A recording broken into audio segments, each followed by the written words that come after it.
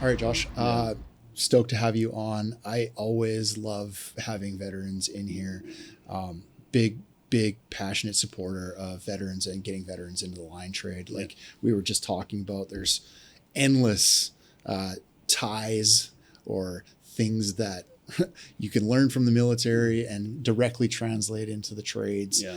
And so excited to talk about those with you today. Yeah, I'm looking forward to it as well. There, when I first got into this, which was kind of a weird transition from the military into this industry, but I right away I saw the parallels and kind of the culture, the ethos, the camaraderie, team, the kind of spirit that you have when you're working with a crew and things like that. So, it was a cool transition, and there's a lot of things that are similar that you can draw from the military side of things. So. I love the experience. Like the thing is like you're 25, 26, whatever, mid to late 20s when you're out of the military and you pop into the civilian world. It seems like still people that age now just don't have the experience. And vets come to the industry with leadership experience, real world, like lots have, combat experience, like just things have happened and they've had to deal with hard things and make decisions and the whole list of things they bring with them that directly translate to For what sure. we do. I mean, my son is a great example of that. He just got out. He did 4 years in the Marine Corps, machine gunner in the Marine Corps, and of course I did that myself as well, but for 20 years. But you see these, in particular, these younger folks that are coming out after one tour in the military 4 years, and they're coming out. They're 22 years old, and they've not only been in situations where they have been leaders, but they've also witnessed really good leaders and really bad leaders. Sure. Because you always have a variety of those, no matter where you are, whether it be the military or in the trades. And so the good ones learn from those experiences they have with the good leaders and the bad leaders and the not so middle of the road leaders even. Mm-hmm. And so I think you see that, and it forms who you are, and you have that maturity. As we look at, I would say most of the trades, and even in the military, there's been an acceleration of folks who, as they get into the trade, people are topping out quicker. They're being put in positions where they really don't have the time necessarily that they would have had in the past, in the field leading and the technical experiences and that kind of stuff. And so I've thought about this for, and I believe this, that, oftentimes you can get that military veteran, that young 22, 23-year-old, and the reality is you can't really accelerate leadership experience. They will have that. Yeah. So if you put them side by side with someone who does not have that, you're going to have yourself someone who has more leadership experience typically and a little more seasoned and mature when it comes to leading. Then what you can do through our training programs, because Quanta's invested so heavily in training on the pre-apprenticeship side, apprenticeship side, and so on, is you can try and accelerate their technical knowledge. Yeah. But the maturity piece is something you're just not going to accelerate. But I think on the technical side, you can do that. And so it kind of helps bridge that gap, perhaps, where we're getting it. We're putting people who are not maybe as emotionally mature to be in a leadership role, but have a pretty good technical understanding.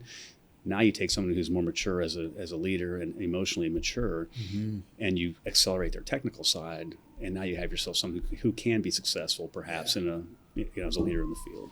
Yeah, I never thought about that piece of it too, is like how many leaders somebody like that has, like a vet, has come across already at 22, 23, 24, that the average 24-year-old's just never even, like, they're still thinking about what school they're going to go to, and they just have never even been a part of, a leadership team or a team at all. Yeah, you're seeing it from maybe sports. That's it. Yeah, sports maybe is about it.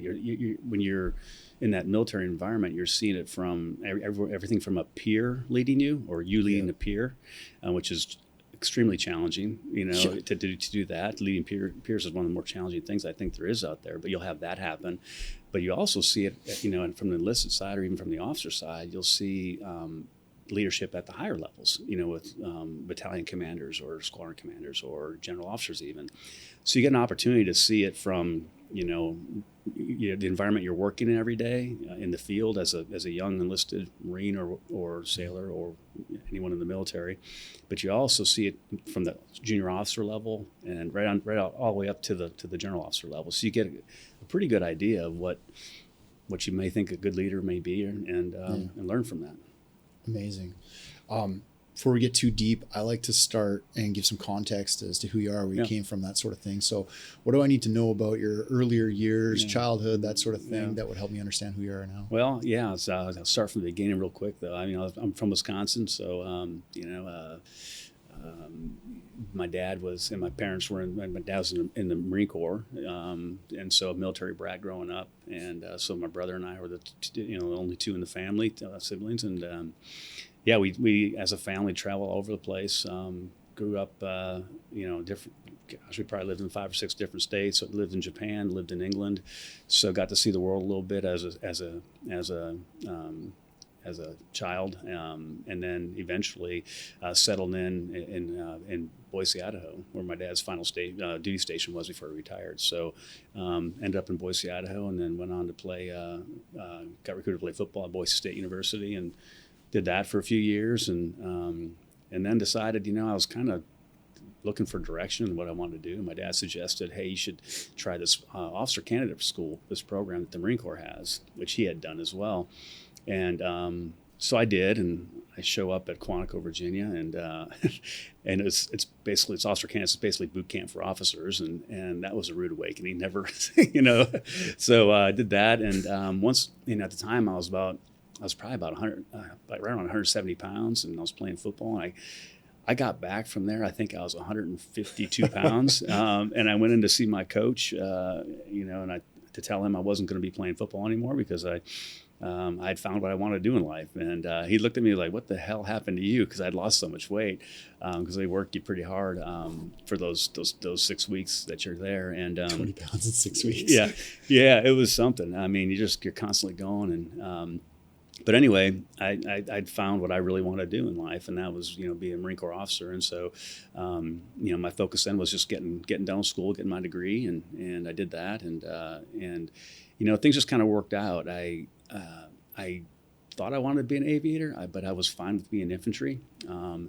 And as I went through some of the classes, some of the courses, we do a 6-month course in the Marine Corps for all officers, and that's where you really you figure out what you're going to do the rest of your career as far as your occupation.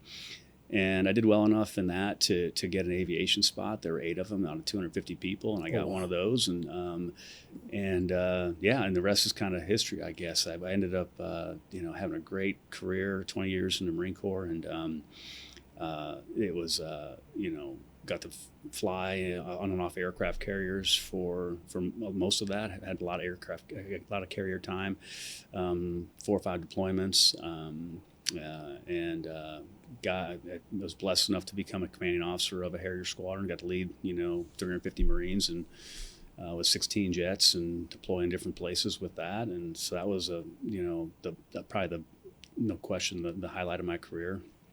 And then finished up my last 2 years at Special Operations Command, running it was really essentially the training side of things for the Special Operations Command for all the different branches of services at the Joint Command level. And so, it was a fantastic way to end my career in Tampa, Florida there. And so been married for coming up on 28 years, and we have 3 adult children. My oldest is, like I said, he's one that was in the Marine Corps, and he just got out, and he's working actually for Quanta as an apprentice lineman nice. for Probst, which is kind of cool. And so they're back in Idaho, and we have one grandson with him who's 2. And then we have our middle one's in New York City. He's going to Columbia Law School, and our last one, Summer, is our only daughter, and she is going to be a senior at the University of Arizona. So it's been my transition out of the Marine Corps was interesting, I think, because I knew I wanted to move back to Boise. We wanted to retire there. But there's not the job opportunities for my background. It would have been basically aviation. I could have flown, which I wasn't really interested in doing. I wanted to get into the business world and see how I could do there, something different. Sure. I didn't want to be in the governmental role either, which is what a lot of people do when they get out. And so a really good friend of mine, Aaron Howell, who was the founder of Northwest Lineman College. I've known him since we graduated college together. His wife and my wife are first cousins. Oh, wow. And so we got to talking, and he's like, hey, we're growing a lot. Would you think about coming and work here? And I said, if it's a fit for you and it's a fit for me, let's do it. And so we did. And so I was a COO of Northwest Lineman College, and so sunk my teeth into that company and had a great 6 years with them. And then we were bought by Quanta. And then with my aviation background, we were standing up Quanta Aviation at the time, and talking with Reggie and Jody Shea, and they asked me if I'd be interested in leading Quanta Aviation to get it going. I accepted that, and that was a year and a half of just, it was really applying what I'd done my whole life in trying to apply it into our industry, and a lot of eye-opening experiences there as far as how far behind the industry was when it came to just basic things that we did in the Marine Corps aviation or military Sure. aviation. So that was fun to put the basics and the foundations in place there. And then, just kind of been bouncing around between building out the regions. I did some fleet for a while. And now landed in the training operations side of things. So all craft skill training, I'm responsible for developing. So Amazing career. it's fun.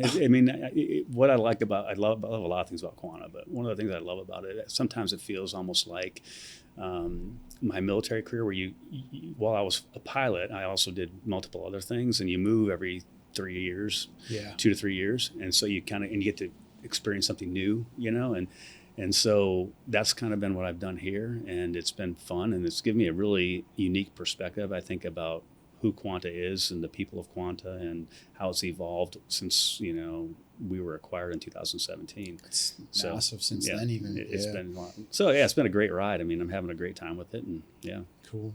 What curious what, bouncing around as a kid from country to country and moving around, what did that teach you for later in life, or like how was that? Because I talked to a lot of people that, just like myself, even just had that one home. My parents still live in that home to this day, 40 years later. I can't imagine. Yeah, I really can't. I mean, it was first thing it does is it galvanizes your family. So there's just four of us, my brother, myself, my mom, and my dad, and so when you move like that, you just become so.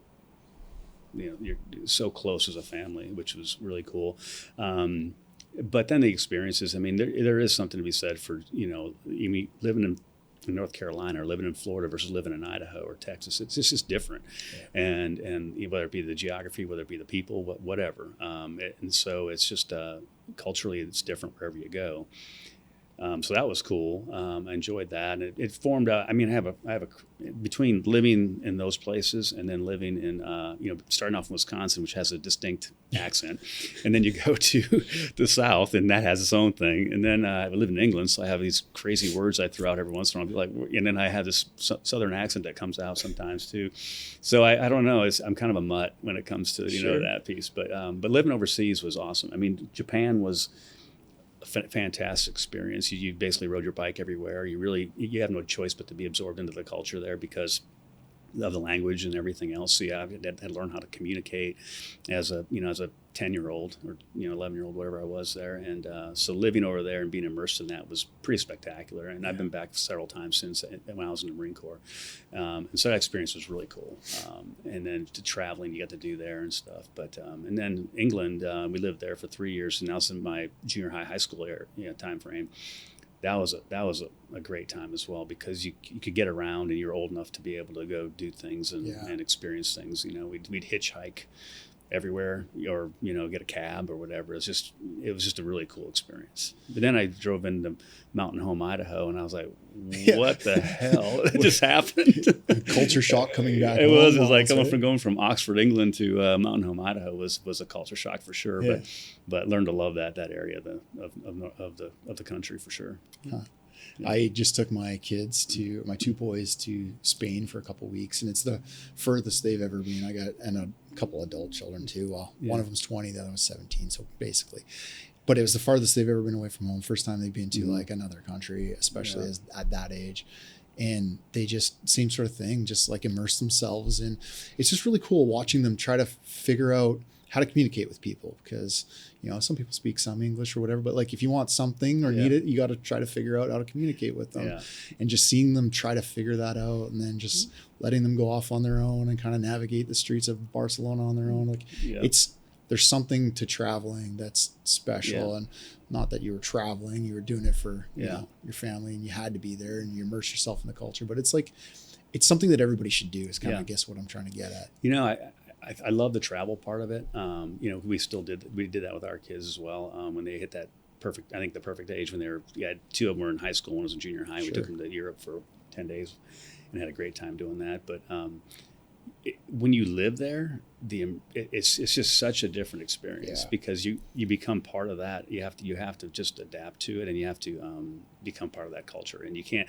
There's just no other way to do it, and that's you're not just there to see the sights.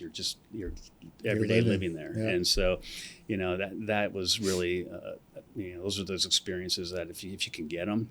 I mean, it's clear they're pretty rare. For you pack your stuff up and take your family to England isn't going to happen typically unless you're, you know, in the military or something like that. But if the opportunity to do that is pretty cool.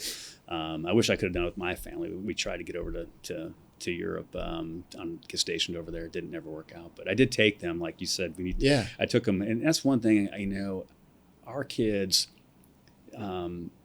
They all, like, I had one in New York, I had one that joined the Marine Corps, and I had one in Arizona, and they're very comfortable, you know, with traveling, and my daughter was in Rome for 3 weeks, you know, last summer for study abroad, and, you know, they're just very comfortable with that. They don't have to stay, you know, around the house. And I think that's one of the cooler things in life, is to be able to go experience all these different things. So I'm pretty happy that I'm proud of the kids, because they're pretty adventurous, and they just want to go do things like that. So it teaches them a lot of valuable lessons, like even in just a couple of weeks, the things I saw my kids figure out and do and communicate, whether it was together or, you know, like I said, trying to figure out where to go or what to do, or like how to get fed or whatever. Like I just like let them experience it. And even coming home, now I've seen them talk to other family members now, and family members ask them about their trip, just to see them light up and talk about their experience. And that's just really cool. It's like a lot can be taught in just a short amount of time. That's right. Traveling it's a great experience. Talk about Officer Candidate School. Like, how did you know, you know, your dad's a Marine, obviously, so like that's the kickstart into it. But like, how did you know like that was what you wanted to do? Like, what was the thing that made it like, okay, this is for me? It was just, when you're doing it, it was like the first couple of weeks it's an adjustment, you know, getting yelled at and sleeping 4 hours, and, you know, and at the time, I'll date myself, but at the time the squad base there, you know, the building where you stayed, there was no air conditioning. It was Quantico, Virginia, in the middle of summertime, so it's, you know, it's 90 degrees and it's humid, and you're not sleeping good anyway, and you're getting just worked over by drill instructors, you know, constantly. But, you know, I think it was the challenge at the time. It's changed since, but at the time they would kick out 40% of the on the first. You have to go twice, by the way. It's not just 1 6 week. You know, so I had to go a second time the next summer. But in the first 6 weeks, they eliminated or trite 40% of them. They used to. And then the second 6 weeks is another 20 to 30%. So by the time you're done, there's only 30-40% of the originals, you know. So that, I think the challenge of that was appealing to me. I enjoyed competing, and it just lit something in me. It gave me some direction, some guidance. I think that was the other piece of it, is, you know, there's a clear path. You know, if you do this is where you're going to go, and you can accelerate that by performing better and everything. But you had some direction. And I think a lot of people, when we're in the college years, or even if you don't go to college, in the post high school, you're trying to figure out what you want to do with your life. And when something hits like that, it's a blessing, because not people struggle with that all the time. And for me, it was just like, this is what I want to do. I want to be a Marine. I want to be a Marine officer. So I think what hit me was probably the competition, the difficulty of achieving that was challenging to me as well. And I just learned so much about myself in that 6 weeks. The first time I went, that was, it felt right. Yeah. And the camaraderie you have, because you're really reliant on people, and you have to, in some fairly difficult, conditions, you're leaning on people, and you can count on them, and it becomes a kind of a family team kind of environment. And by the way, it's funny, you look back on that now, I keep in touch with so many of my Marines, and they, to this day, they call me for recommendations, letter of recommendations, and it's a cool family. Yeah.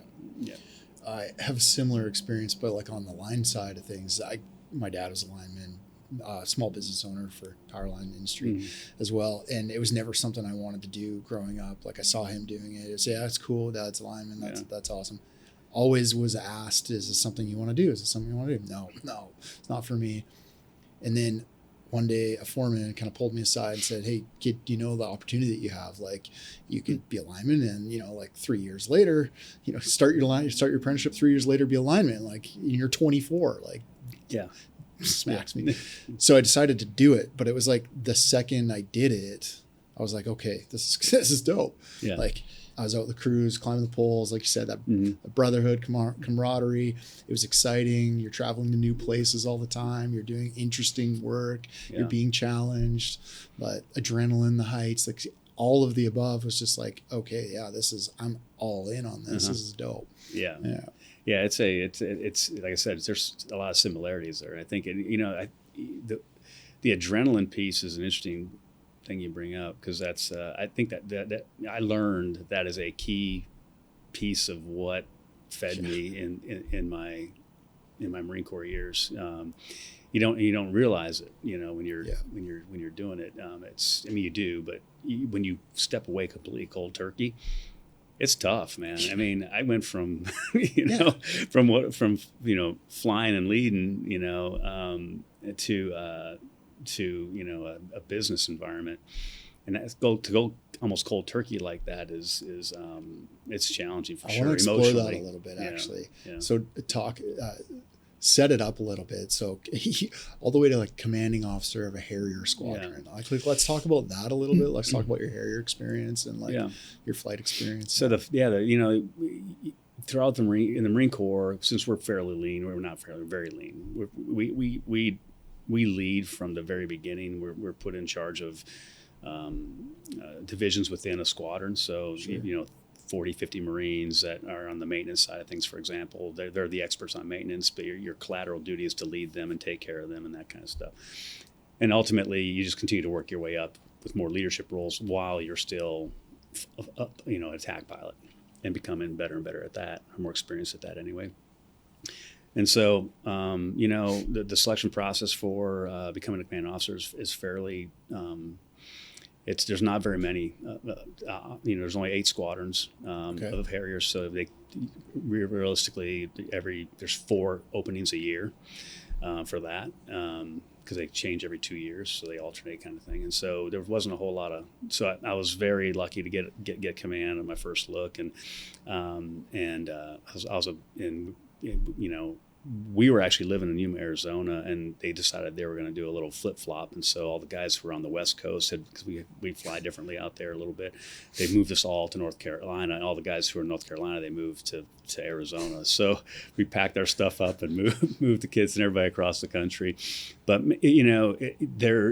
it's essentially, as a command officer, everything that does or does not happen, you are 100% accountable for. And that's the thing, I know we have similar things within our OPCO presidents and stuff like that, that expectation, but it goes a little deeper, because the discipline and all the other things that go into the military world, or it takes it to a little bit of a different level, because you're dealing with the Marine that got in trouble over the weekend, the DUI, this, the that, and those things do not just go away. They they're things you deal with. But when you become the other thing about it is, and I think this is probably true within our trade as well, is you have to be able to lead any flight.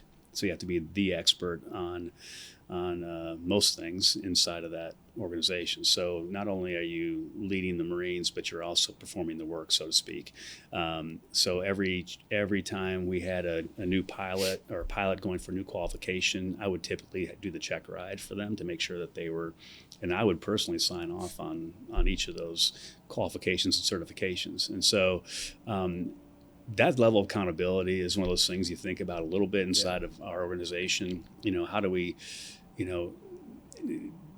how are you personally involved in making sure that person, especially at that level, not every level, of course, but at that level, can fly those missions or perform that work in the case of what we do inside of Quanta.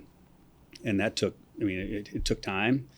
A lot of time to go through those certification processes, those flights, and all the things that go into it. But ultimately, it was my signature on that qualification or certification, and I had to feel good about that the person could do that. So, but yeah, the command officer piece is you're not only from a tactical perspective, you have to be able to perform the tactics, but from an administrative perspective, you have to be able to administer the squadron and all the things that go into that.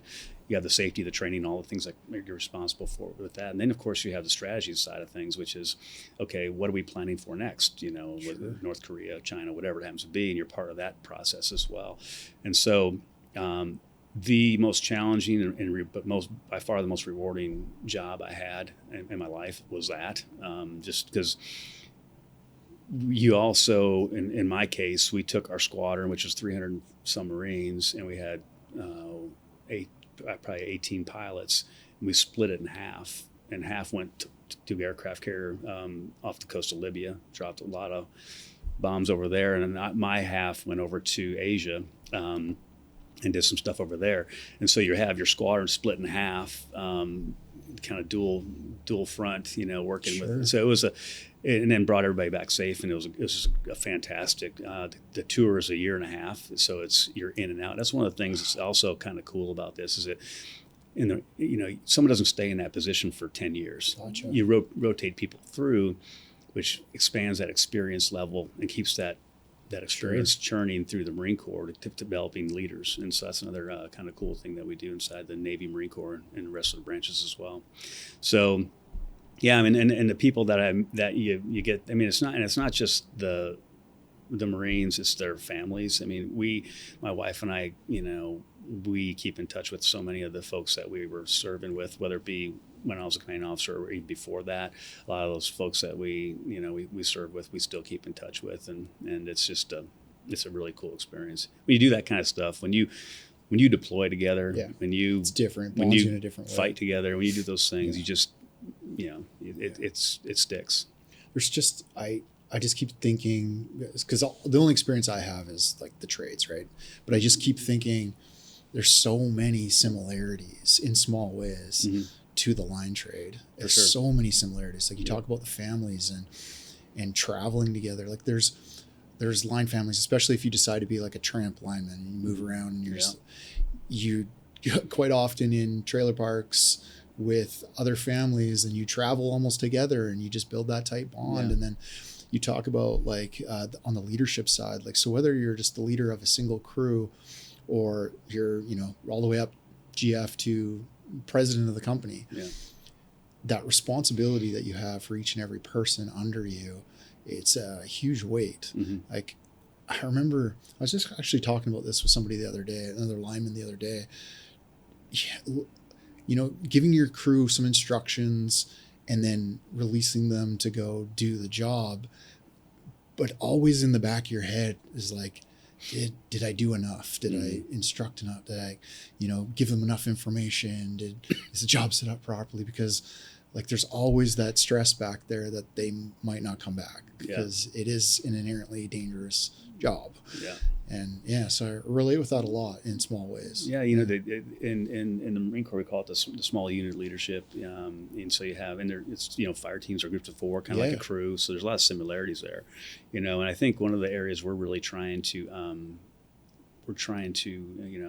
develop, and we have with the crew leadership curriculum that we put together and integrate in what we're doing with the apprenticeship programs and so on as we continue to evolve in those areas is really, how do you develop that small unit leader that can then become, can grow into these larger leadership positions. Because like you said, it's one thing to be able to give them the instructions and what you need them to do, but there's also going to be they're going to have to adapt oftentimes to the situation that's at hand. And so, giving them the foundation to be able to do that in a safe and productive way that makes you feel good about it as a leader. I think that's the challenge that we have in front of us, that I have anyway, and then I take personally is, my son's in the trade now.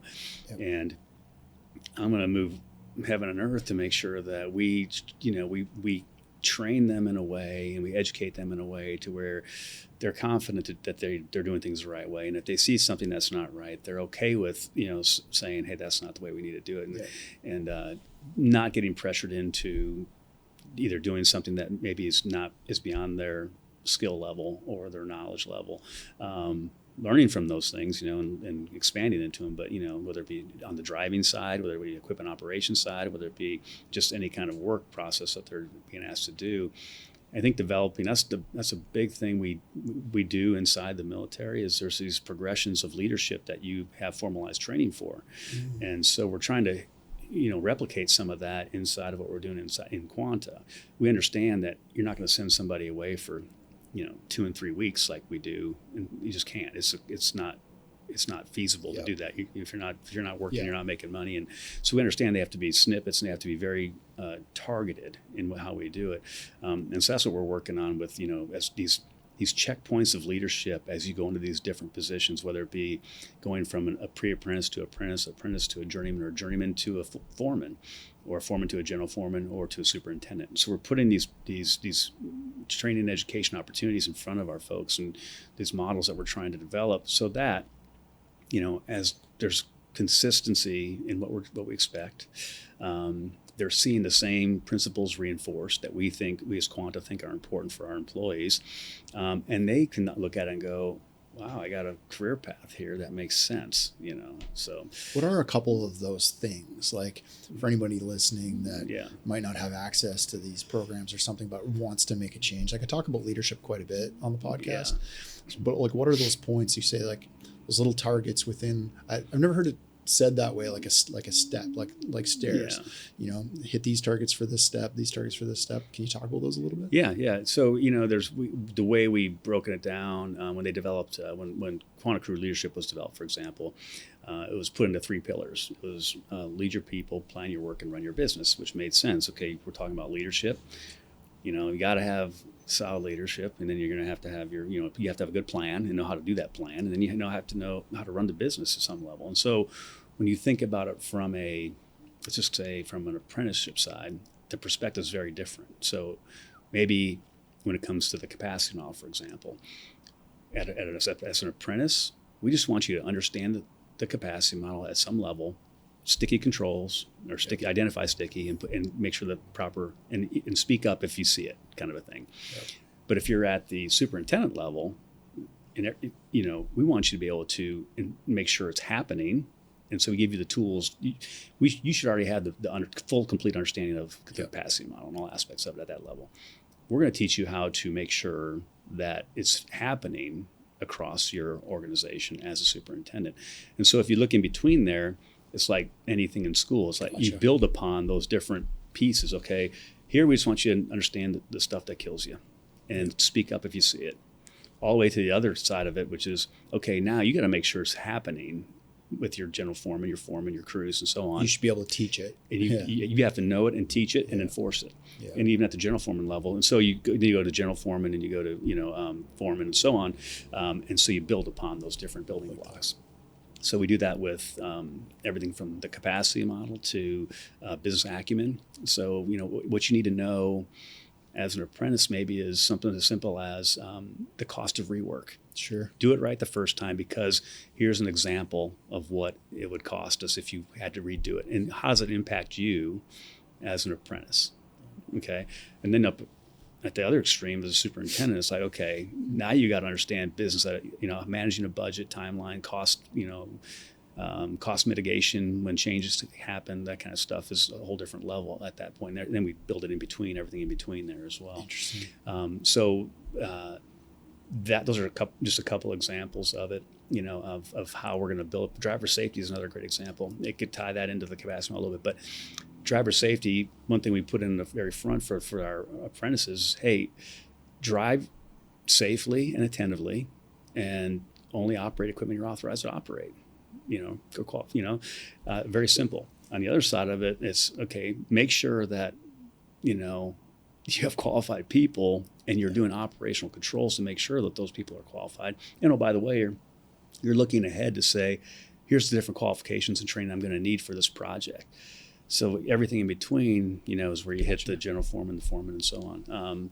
And so those are some examples of how we're trying to build the leadership. I would call it leadership training, but it pertains not just to leadership, but also business acumen, the business side of things as well as the planning side of things. I really love that, because I haven't heard, you often just pick certain aspects of leadership and talk about those, but actually working it into an entire plan from A to Z is when you think about it from even in the military side, but what's expected out of a foreman as far as leadership, is different than what's expected out of, and these things should all build upon it. It's not like it's all new material out there. I mean, there's stuff we can grab and there's proven and tried and true things that we can hold on to and teach, and that's what we're trying to do here. Just give people the tools to be able to lead and to manage like we expect them to. I mean, there's nothing worse than putting someone in a position, a good person who's doing really good work, and you put them in a position and they just don't have the tools we didn't give them to them to be successful, and they flail and they fail and it's disappointing for them. It's disappointing for us, and so we owe it to them to say, look, we're about to put you into a leadership position. Here's two days of training we have, or 3 days of training we have in order to do that. Here's some ongoing training where you can do while you're on the job that we've developed for you as well, to help you develop with a mentor with a supervisor, which we've developed. And this is going to give you the tools to be successful. And we owe that to them. And if we don't do it, we're going to find ourselves in a bit of a pickle down the road, because we have to continue to develop our leaders throughout their career. Especially at the rate of growth. And I've seen this lots in the line trade. I'm sure you've seen it lots as well. It's even in the Marine Corps, I've seen really, really great linemen that were fantastic linemen. So you're like, okay, well, it's natural to progress you to the next step of leadership, make you a foreman or a general foreman. And they, like you said, completely flail. They just absolutely horrible at it. And so they just end up back as a lineman. Yeah. And you're just like, damn, I see so much potential in you, and there's no reason why you can't be here. But that's that piece, is you haven't provided them with the tools, the training, and the experience to be in that position. So what are you expecting? Yeah. Some people not everybody's just born with the natural leadership gift, right? And we've all been. I mean, I was never a commanding officer until I was a commanding officer, right? Yeah. I've watched people, and I could, but there's not a ton of training that goes in. I mean, it's your lifelong of training, and that's what sets you up for success for that. And so it's just these. You have to mentor. You have to be thoughtful in how you progress people, and I understand that it's not going to be perfect, but we at least have to put the model in place and the programs in place for them to be leveraged and used. Bake leadership into the curriculum of a career. Yeah, exactly. It makes sense. Yeah. I'll give you an example. So when I was with aviation, as the president of Quanta Aviation, it was remarkable to me how many hours these pilots had and how young they were. And so they had to have 4,000, 5,000, 6,000 hours, and they're 35 years old. I mean, I was a 20-year, now I didn't fly the whole 20 years because we can do different things inside the Marine Corps, but I probably flew for a good 16 of those years. And I had just over 2,000 jet hours, which is different. Obviously, we're flying 1 hour at a time, but whatever, it's still, I mean, but throughout that time, I did multiple leadership, courses and stuff that were mandatory throughout your progression as you went through this thing. And so you matured as a leader, and then you matured as a pilot simultaneously. And there was a plan for that. We had no training. I'm not saying that all opcos did not have training, but within the opcos that I had at the time, there's no training for leadership, for crew resource management, for operational risk management, all the simple fundamental things that we did in military aviation that would allow you to assess a situation and have the courage to say, that's not a good idea. Yep.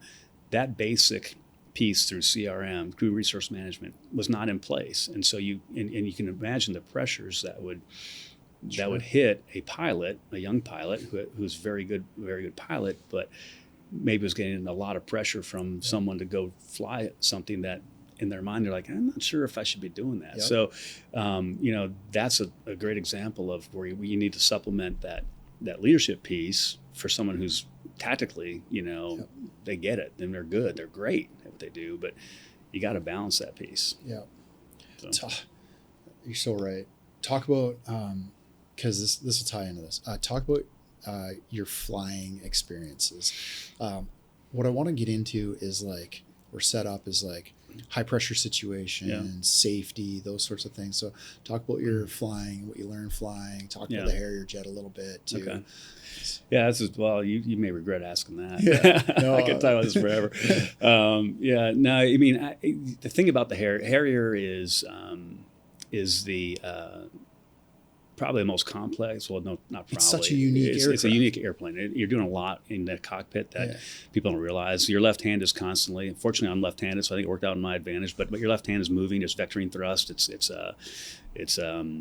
actually got the throttle on the left hand. A lot of your sensors are with your left hand as far as what you're looking at for targets and stuff like that. It's a single-seat airplane, so there's a lot going on for one person in that cockpit. But I mean.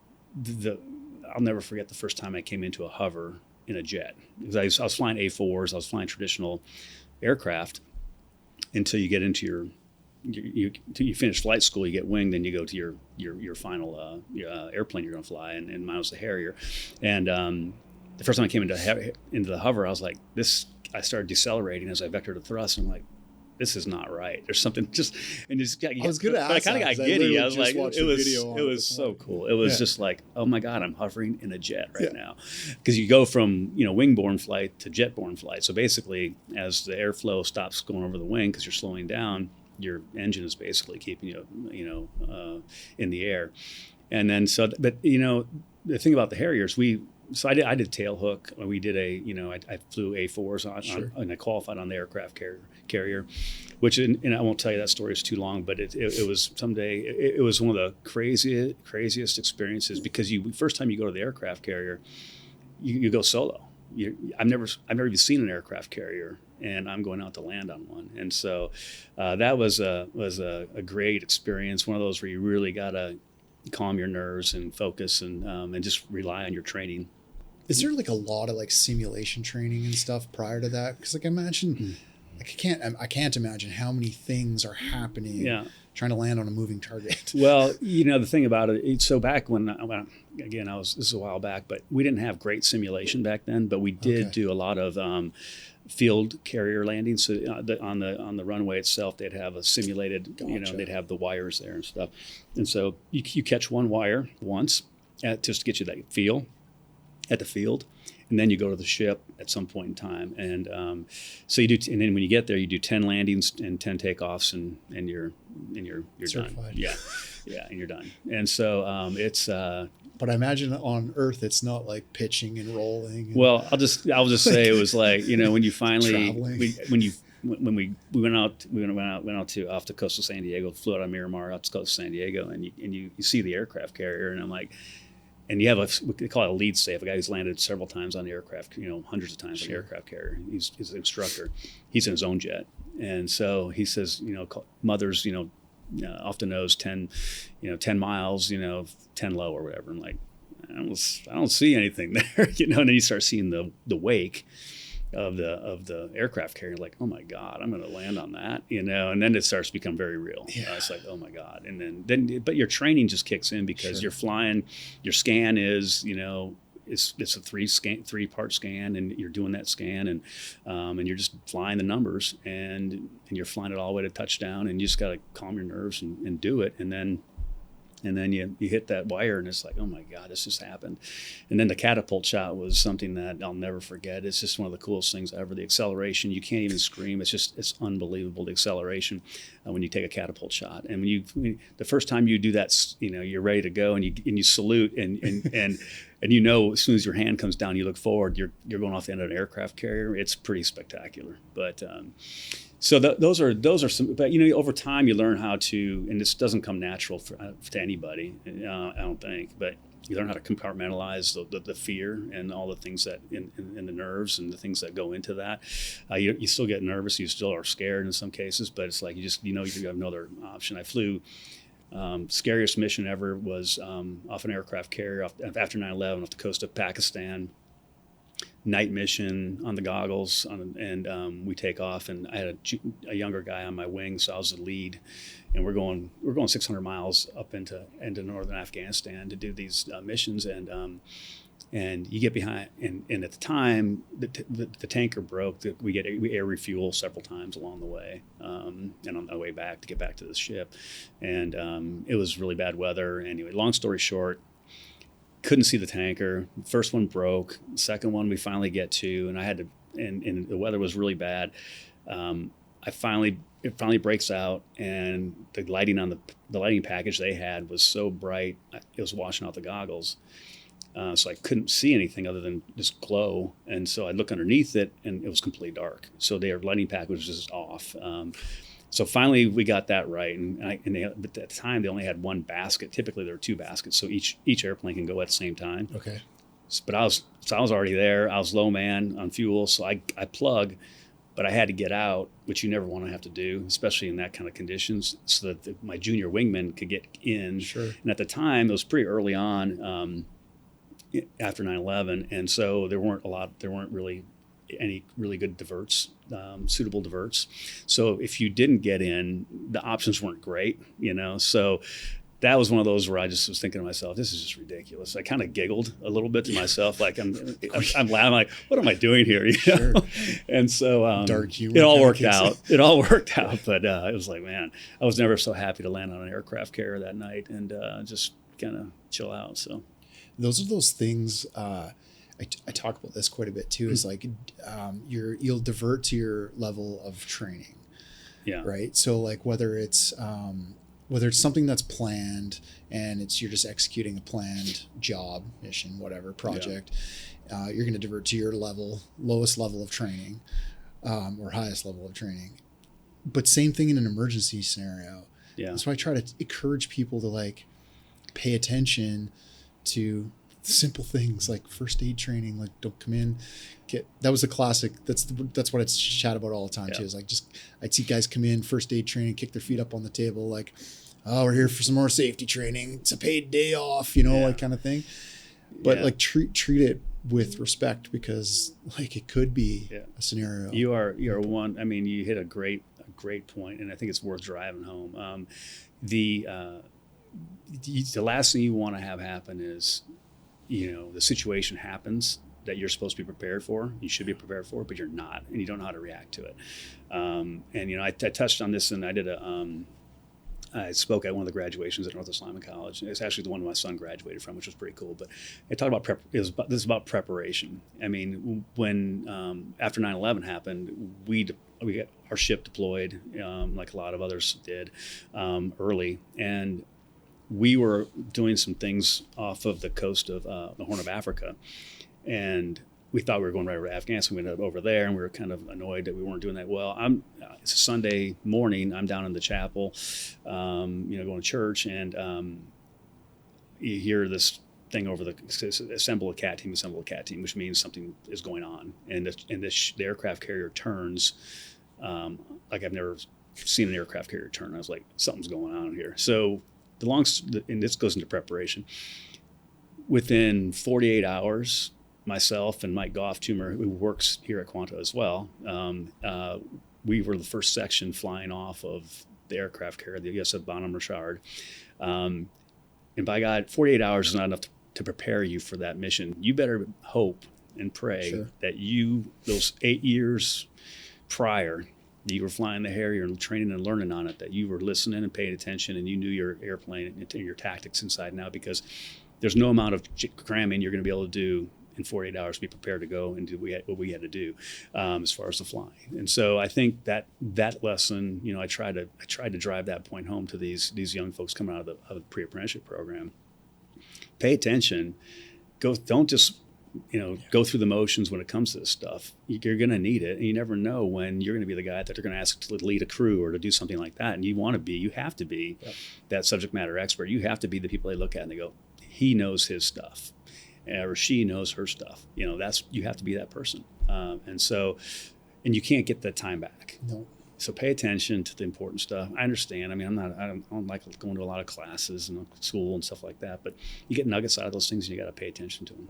So. It's like, and this from someone who's with experience as well, is like time goes really slow in training. Like, I mean, it can be boring. It's slow. And you think, like you just said, you have a lot of time. Like, everyone's done this before. Like, I'll learn that tomorrow. Yeah.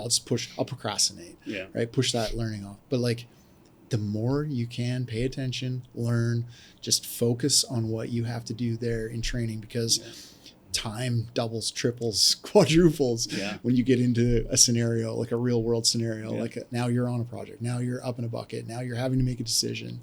Like you just said, you want to be prepared for that. Not just to like prevent some sort of incident, but like just to do your job even, like just to know that, okay, I know what I'm doing. Yeah. I've trained for this. I know what I'm doing. I can go into this with some confidence, right? And it builds upon, and oftentimes it builds upon itself. There's foundational things. If you don't pay attention to those, the next thing's not going to make any sense to you. And so, and the other thing is you have people that relying on you. I mean, if I'm leading the flight, and my wingman, and he has no confidence that I know what I'm doing, I mean, what kind of a leader is that? You have to be able to be competent. I mean, first and foremost, to be a leader, you have to be competent in your craft, whatever it is you're doing. If you're not, you simply can't lead effectively, because you can't demonstrate, you can't show that you put in the rigor to be good at what you do. And so it's just important. I know it's hard. I mean, it's tough to pay attention sometimes, or you can procrastinate, but the more you do that, it just becomes a slippery slope, and you're not the guy that you need to be when it comes to leading and executing. So the tail end of your military career, you're now training young Marines, and now you've gone from training young Marines to training young linemen or tradesmen. Yeah. What are the similarities in the training? What have you brought from the one to the other? Yeah. Talk about some of those things. Yeah. So when I was at Special Operations Command, I was in fourth generation, which essentially was you're taking all the branches, the Navy SEALs, the special forces guys, the Marine Special Ops, Air Force Special Ops, and you're looking at how they're training to maintain their core skills. So what had happened, short story, is what had happened over the course of a 10-year, since 9/11, they'd all been doing kind of the same mission, and that's really not the intent. Navy SEALs mission is different than Army Special Forces and so on. And so we were trying to get them back into the proper buckets. Yeah. And so that was my job, was to get them in the proper buckets, and which it was fun working with all. And so I take that. I've seen training from a personal side as far as what the basics and detailed training that I went through as in aviation. And so that's one data point I have. I've seen it from the different career progression models that we have inside of the military, as far as how we train our young Marines and our officers as well. But I think it's more applicable as how we train our young Marines how to lead and be small unit leaders and so on, and develop them.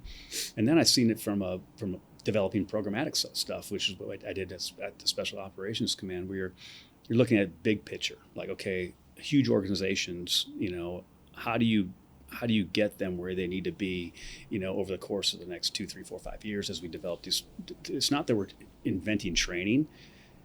We're putting programmatic pieces in place to make sure that the training that's already been developed is done properly at the right time in the right sequence, and giving them ample time to get it done. And so I think when you pull all that together, I think that it for me, it's not, I have a really clear idea on where we need to go and how we need to get there. I think within Quanta, you look at Quanta, and it's such a, first of all, our business is getting more and more diverse. But it's also so decentralized in many, many ways. So you have to be able to create something that, the way I phrase it is, I want to create things that Quanta opcos can plug into. So they don't have to do the work. I'm going to go get they're going to be the subject matter experts I'm going to go talk to and get buy-in from and create these programs for them. We're going to develop them so they don't have to. And we're going to take all the best we possibly can to make it so it's inclusive of everything we're trying to do. And I want them to be able to plug into it. And then where there's one-offs here and there, we can develop something for them over here. But so I look at it from, I want to take that burden of developing these things, use my experience and, over, many years of training that I've done and leading, and take that and build these programs that they can just say, hey, I really like that. I want to use this part of it, or maybe I want to use all of it. Okay, well, here it is, So developing it in that way. So it's been, there's just a lot of challenges with training that 50-something thousand people. I think probably 2/3 to 3/4 of those are craft labor, and we have a couple hundred opcos, I believe. And so you start looking at it from that perspective. You just got to create something that can apply to the majority, and then you got to create the one-offs that will help supplement that. What's something that needs that you see on the trade side needs immediate attention? Like if you're talking to a mass audience, I might even not be a part of Quanta, say, hey guys, pay attention to this and start developing this. Yeah, no, that's a great question. I think you get really tactical. And I think there's no question the driver safety piece is something that's, it's we'll call it the most, the highest risk, most impactful thing that we do every day is the driving piece. And were just talking about it before I came up here this morning. And so we're integrating driver safety in some capacity into everything we do, whether it be apprenticeship, whether it be into all of our career programs, driver safety. And like we talked about earlier, for someone at the apprentice level, it's, hey, pay attention when you're driving. Listen to the lyrics if it's telling you not to do something. Don't drive anything you're not qualified to drive. Those kind of things. And then if you're up there at the higher levels and superintendent or something like that, it's the other side of it. Make sure you're reinforcing the fact that, hey, we're not at war here. If you've got to pull over and take a nap because you're tired, pull over and take a nap. So, and I think there's a couple other things that are inside of that we haven't really touched on, inside of our organization or really probably the industry. And maybe there are some out there, but I'm kind of noticing, and maybe it's not the same that we would do in aviation, but you start looking about crew rest and crew day, those kinds of things and how those apply to driving and operations. I don't know, when you were working in the trade, I imagine your schedule got shifted quite a bit, and there wasn't really a recognition that you need to have, some number of hours of sleep, uninterrupted. Especially on storm response. And storm, I get it. There's going to be some of that, but again, keep in mind, storm it is storm. elevates the risk. Storm is storm. Yeah. I always say we're not. We're not at war. There's no one's going to die if we don't do this. We understand we're pushing. We understand I'm not saying we don't do that, but to put some parameters around it, or some guidance at least to say, and I'm sure a lot of opcos have that. But one of the things with driver safety, actually, that you bring this up, this is one of the things that bothered me. It's bothered a lot of people, but I get it, but there needs to be more training around young drivers. Yeah. I remember when I started, I get 20 years old, could barely drive a standard car. Never mind, here kid, get in the $250,000 vehicle. I was like, what does this button do? We had a line truck. This thing wasn't $250,000. This thing was not 15 grand maybe, but it was a manual transmission, had a split rear diff. And I was like, what does this red button do? He's like, it's a split. Yeah, I got to run like 30-second rundown. Mm-hmm. And then, like I said, we're 5 minutes from town, you lose cell service. We had to drive 4 hours west of this small town. Yeah. So on the radio, he's like, okay, we'll meet you out in Anaheim Lake. And I'm like, okay, how long does it take to get there? 4 hours it should take you to get there. It took me like 6. Yeah. And I'm like, what is this red button? He's like, oh yeah, just don't blow the rear end out of the truck. I don't know. You're just left to do and drive these vehicles. But I get it. Like the Foremans deserve the pickups. Obviously, mm-hmm. They've worked to get that. But we need to find some way to train, are these young drivers in these sketchy situations. Some of the mountain, like I grew up in British Columbia, right? Yeah. That's where I learned to drive, like mountainsides, which it's death to the left and and if you're not, to the it scares me now, especially when you have, when you have young people driving in all the distractions that are out there as well, in those kind of scenarios. It's I used to think it was kind of, right, we don't really do that, but it does happen. I know for a fact it happens, that people are put into positions where it's like, hey, we need to get this here, there, whatever. And day 2, they're driving something that they have never even thought about driving in conditions that and so those are the things we've got to get better at. I understand the operational pressures and, that we have that stuff. But I mean, when you look at it from the perspective of what's the cost of something bad happening, it far outweighs, hey, take the time to train somebody up and familiarize them with what they're supposed to be doing. And just because you have a CDL doesn't mean you can go drive anything, And one of the things we are looking at, and I'm talking with a lot of the senior leadership inside of Quanta about right now, is acquiring our own CDL capability inside of Quanta, which in my mind wouldn't just be CDL. Yeah. You mentioned the different conditions that we operate in. So one thing we could do with this and would do with this if we did it would be it'd be customized CDL training or driving training for the conditions in the geographical areas where you live. So when you look at some of the lytics footage of the Southeast, for example, these narrow little roads, that you're driving down, and it's like, I mean, the vehicle barely fits inside the lanes, and so these guys are driving these things, and so that's a different scenario than driving in the mountains of Idaho, or Montana, where it's icy roads and switchback roads, and you have to drive really slow and so on. So those are the things we want to be able to do.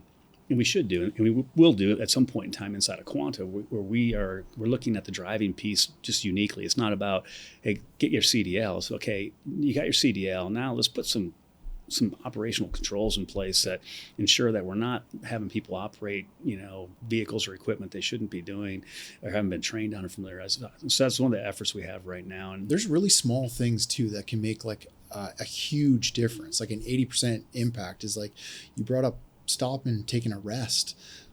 That sort of mentality is like, no, we got to get there. Mm-hmm. It's like, sure, we got to get there, but if I'm tired, it should be okay to like pull over for 20 minutes. Yeah. It's something I started putting in practice.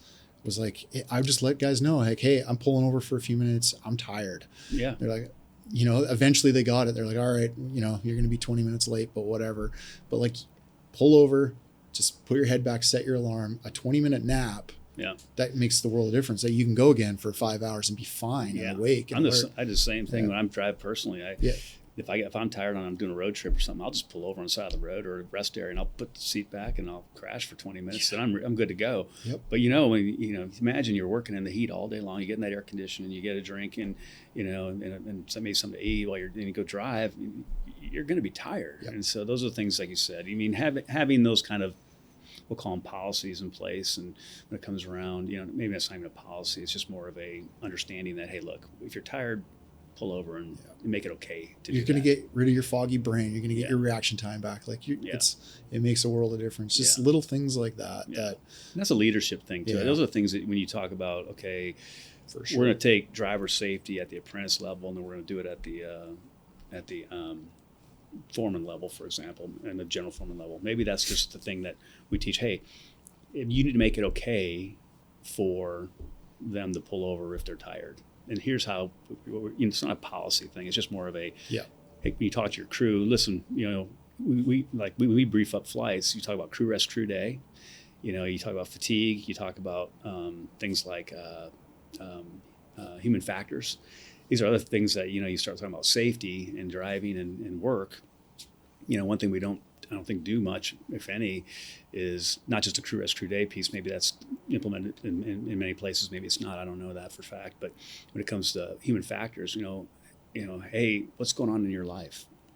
At a crew level. I mean, we did that with all of our pilots, and we did with our Marines as well, to make sure that if someone's going through a divorce or someone's doing, those are things that distract the heck out of you. Or someone's a newborn baby, not getting any sleep, whatever. There's things like that you got to be aware of as well, because just as much as not doing something right because you don't know it. I think oftentimes people do it. Maybe they're fatigued, or they're just not paying attention because they're distracted and they can't compartmentalize. Yeah. This is a good segue, actually. I bring up mental health quite a bit. And, more now than ever. I've had some friends in the trade, guys I've worked with that really, really suffering. So you talked a little bit about your transition from military to civilian being quite cold turkey, right? Yeah. So I'd like you to talk about that and give some advice for people that are transitioning, because I get that question quite a bit. And then on the mental health side of things, what are some things you've done or do to blow off that steam or get it out or just get yourself clear and right? Yeah, it was interesting. I mean, I really, admittedly, I when I got out of the Marine Corps, I had a lot of lows, highs too, but sure. The excitement of doing something different and whatever was great. But then that would be overshadowed oftentimes by, missing the things that I had, when I was in the Marine Corps. And not that I wanted to go back to it, but it's just naturally, when you have that level of adrenaline almost on a daily basis, that you're in that camaraderie and all those things that you're used to, and it's all gone. So you kind of go cold turkey. And so I struggled with that for probably 2 or 3 years, where it was just like, man, what am I doing? This doesn't feel, I loved the company I was working for. The people were great, but it just wasn't the same. And so I think a lot of people probably have to deal with that. And, I tried to find other things that would, that would stimulate me on the adrenaline side. So I took up things like mountain biking. I had a dirt bike, so I'd go take my dirt bike into the mountains, and that proved to be a little too dangerous. So I had a few good wipeouts with that. So I went back to the mountain biking, but things like that would give me the peace and the solitude that I liked, as far as the grind of mountain biking. And then I had some friends that we'd do that together. So establishing a group of folks that you can go do something like that with, not going out to the bars and drinking whatever. That doesn't do it for you. It's more about, I think, things like, I think the physical and the bonding that you can get by doing things like I chose mountain biking. It could be fly fish, it could be whatever. And just realizing that, that adrenaline isn't always going to have to be there, I guess. And it's kind of dissipated over the years, and now I feel pretty comfortable with where I am. And so it's been good. So that piece was, it was difficult. I think a lot of people are experiencing the same thing. I experienced the same thing in a way. I stopped climbing poles and towers and hanging under helicopters and all of that. Yeah. And I was like, what am I going to do? So I decided I like climbing things. Like, that was a big part of my life. So I took up climbing frozen waterfalls. There you go. Well, yeah. I ice climb a couple times a year. That sounds crazy. It's awesome. It gets all of that out, and it only takes a couple times. So things like that. Yeah. I think you have to find something that takes the place of it. I didn't have any interest in going back into aviation or anything like that. I didn't care about, when you go from flying a Harrier to, what am I going to fly, a Cessna? No thanks. It didn't sound like a lot of fun. Come on. So I'd probably kill myself in one of those. But yeah, so I think that, and also the network of people. I had, my Marine Corps friends that I still would keep in touch with. There was a lot of going through similar things, I suppose. And, I think I was blessed enough to have family and kids that kept me occupied. So, not everyone has the same scenarios. I don't think that you have that support network, organically inside your family. So it's just I think the best advice I can give is, I believe in God. So, for me, it was part of that was a big part of it as well. It's just to trust that you're going to get through this, and it's going to be something that you, on the other end of it, it's going to be great. Yeah. So, and then it's finding happiness in what you're doing. And I think that's one thing with Quanta. I've been able to, for the most part, have a lot of feel good about the contribution. I mean, the thing about my position inside of Quanta is oftentimes I'm on an island, kind of not really integrated into a lot of some of the stuff anyway. And so that when I get to come be around the folks, here in Houston and other leaders and stuff like that across Quanta, it becomes a lot more rewarding. So I find a lot of joy in that. And I think so part of the, finding that camaraderie that you had in the military can be very, very difficult. And if you can get some level of that, maybe not the same level, but some level of that, it's helpful. Yeah. Love that. All right. Got one more question for you. Yeah. Speak directly to your vets out there that might be listening. Give them the pitch that you'd give them. Why the trade, why line work? Yeah. They're probably, I'll just off the top of my head, service. I think that everyone who goes, I'll just say blanket statement. If you go into the military, you're typically not, hopefully it's a calling for you. And most people it is.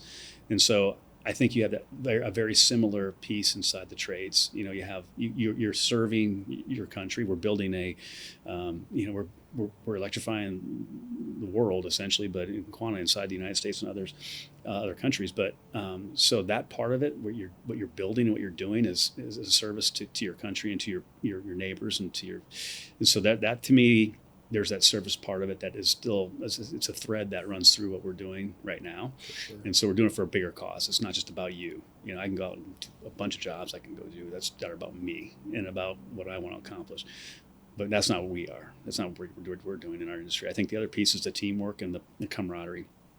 To be reliant upon others who think like you as far as, what they want to do and the service they want to provide and what they want out of life. I think you get a taste of that, which you had in the military. You get that inside of what we do in the trades and inside of Quanta. That brotherhood, sisterhood that you crave and you want. I think the adventure is another piece of it. I mean, I think about people who didn't take advantage of the doing all these different things in life, and to be able to come in and have this adventure inside of the trade where you're traveling, perhaps you're constructing, you're meeting new people, you're delivering when the storm hits, you're delivering power back to your neighbors and your fellow citizens, and they're so happy when it happens, and so it's gratifying to be able to serve like that. And so I think for me it comes down to, if I was advising a veteran why I think it's a good fit, I think you're going to have the camaraderie. I think you're going to have the service. I think you're going to have a meaningful